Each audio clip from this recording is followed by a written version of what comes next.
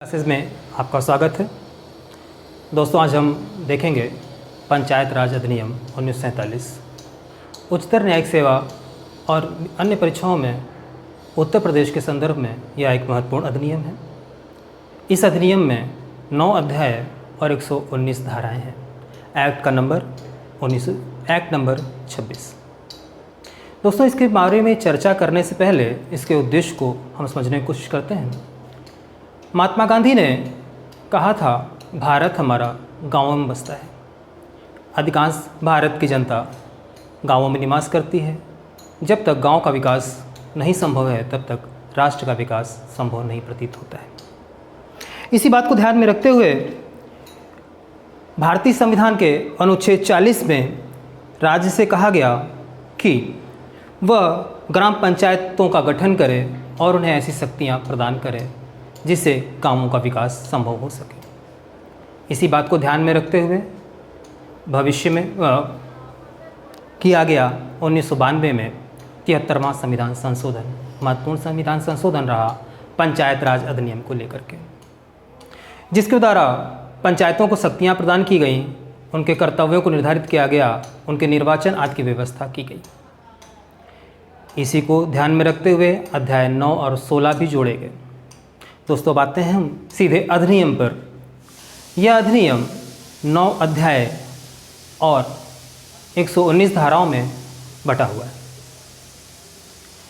इसमें 27 दिसंबर 1947 को इसका प्रकाशन हुआ, जिसकी स्वीकृति डोमिनियन ऑफ इंडिया के गवर्नर जनरल ने 7 दिसंबर 1947 को दी। दोस्तों, इस प्रकार हम देखते हैं कि यह अधिनियम का प्रकाशन 27 दिसंबर को हुआ, जिसकी स्वीकृति 7 दिसंबर 1947 को दी गई। अधिनियम 9 भागों में बटा हुआ है। हम इसका संपूर्ण रूप से एक संक्षिप्त अवलोकन करने का प्रयास करते हैं तो देखते हैं कि चैप्टर 1, पहले चैप्टर में प्रारंभिक में दिया हुआ है संक्षिप्त नाम और तिथि, कब से लागू होगा, और इसका क्षेत्र बटा हुआ है, जो कि धारा 1 और 2 में प्रावधानित है। चैप्टर 2 ग्राम सभा, जो धारा 3 में प्रावधानित किया गया है। धारा 4 और 5 रिपील कर दिया गया है। धारा 5A सदस्यों की अनर्हता और निर्वाचन नामावली से संबंधित है। निर्वाचन नामावलियों का तात्पर्य यह है कि किस प्रकार कौन लोग मतदान में भाग लेंगे और मतदाताओं की सूची के रूप में इसको जाना जा सकता है। इसकी कहाँ पर व्यवस्था की गई है, तो अध्याय 2A में उन सदस्यों के निर्वाचन की अर्हता को बताया गया है कि योग्यता और अयोग्यता के बारे में डिस्कस किया गया है, और साथ ही चुनाव में नामावलियों को लेकर भी चर्चा की गई है। चैप्टर 3 अध्याय 3 ग्राम सभा की बैठकों और उनके कृत्यों से संबंधित है, जो कि धारा 11 में प्रावधानित है। चैप्टर 3A जो कि ग्राम पंचायत से संबंधित है, धारा 11A से 14B तक में प्रावधानित है। ग्राम पंचायत में ग्राम प्रधानों का निर्वाचन, उनके योग्यताएं, उनका शपथ, उनके रिक्त होने पर उनका पुनः निर्वाचन आदि जैसे प्रावधानों को दिया गया है। चैप्टर 4 ग्राम पंचायतों की शक्तियाँ, कर्तव्य और कृत्य प्रशासन एक महत्वपूर्ण अध्याय है। ग्राम पंचायतों की शक्तियाँ, कर्तव्य और कृत्य प्रशासन, इससे प्रारंभिक परीक्षाओं में प्रश्न भी पूछे जाते हैं। अब हम देखते हैं धारा अध्याय 5। चैप्टर 5 भूमि अर्जन, गांव निधि और संपत्ति संबंधित है, जो कि धारा 32 से धारा 41 तक में प्रावधानित है। इसी प्रकार हम देखते हैं चैप्टर 6 न्याय पंचायत। दोस्तों, न्याय पंचायत एक महत्वपूर्ण अध्याय है, लेकिन अब लगता है कि यह सिर्फ पढ़ने मात्र के लिए रह जाएगा।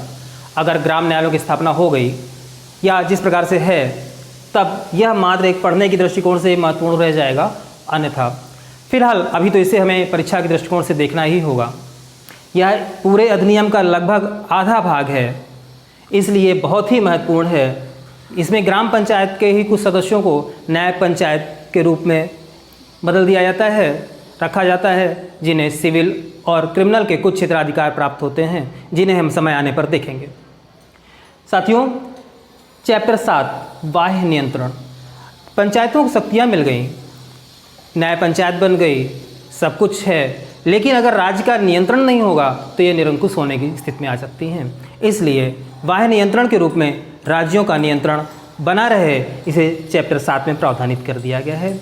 चैप्टर 8 शास्तियों संबंधित है, जो कि धारा 97 से 109A तक में प्रावधानित है, तथा चैप्टर 9 उपनियम आदि से संबंधित है, जो कि धारा 110 से 119 तक में प्रावधानित है। दोस्तों, इस प्रकार से हम देखते हैं कि पूरा संक्षिप्त रूप से पंचायत राज अधिनियम को हमने देखने का प्रयास किया है। इसे चैप्टर वाइज हम आगे भी देखेंगे कि किस अध्याय में किस तरह से विशेष रूप से क्या क्या चीज़ें महत्वपूर्ण हैं। दोस्तों, पुनः एक बार जल्दी में इसे हम देखने की कोशिश करते हैं। तो चैप्टर 1 प्रारंभिक, जिसमें कि आपका आता है संक्षिप्त नाम विवरण। चैप्टर 2 ग्राम सभा। चैप्टर 2A ग्राम सभा के सदस्यों की अनर्हताएँ और नामावलियाँ। निर्वाचन नामावलियाँ।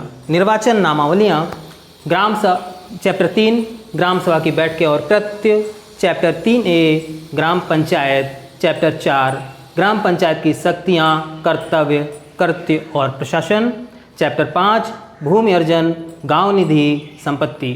चैप्टर 6 न्याय पंचायत। चैप्टर 7 बाह्य नियंत्रण। चैप्टर 8 शास्तियाँ। चैप्टर 9 उपनियम। साथ में एक अनुसूची है जिसे हम बाद में देखेंगे। अगर हम इस पूरे का अवलोकन करें तो हम इसे दो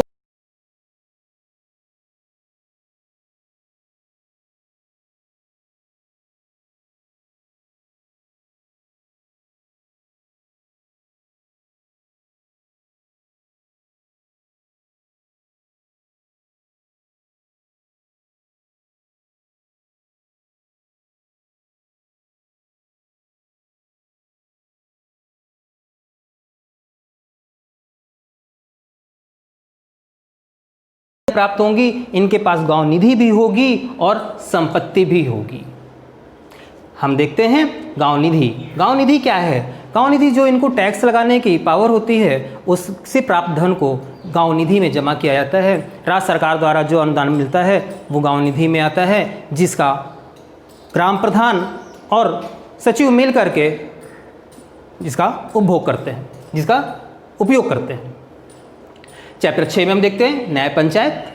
न्याय पंचायत में हमने बता दिया सिविल अधिकारिता भी है, दांडिक अधिकारिता भी हैं, लेकिन सीमित अधिकारिताएं हैं। वह मजिस्ट्रेट की पूरी पावर को नहीं लेता, लेकिन इसकी प्रक्रियाएं बहुत बहुत इंपॉर्टेंट हैं। इसे हमें देखना और समझना होगा। साथियों, इस प्रकार हम देखते हैं चैप्टर 5, 6, 7, 8, 9 और चैप्टर 1, 2, 3, 4 को हम 2 भागों में बांट करके देख सकते हैं। अगले वीडियो में हम देखेंगे चैप्टर ग्राम सभा के कृत्यों को, ग्राम सभा के सदस्यों की अनर्हताओं को, ग्राम सभा की बैठकों को, ग्राम पंचायत को और ग्राम पंचायत की शक्तियों आदि को हम नेक्स्ट वीडियो में देखेंगे। तब तक के लिए मैं ओम आनंद आपके साथ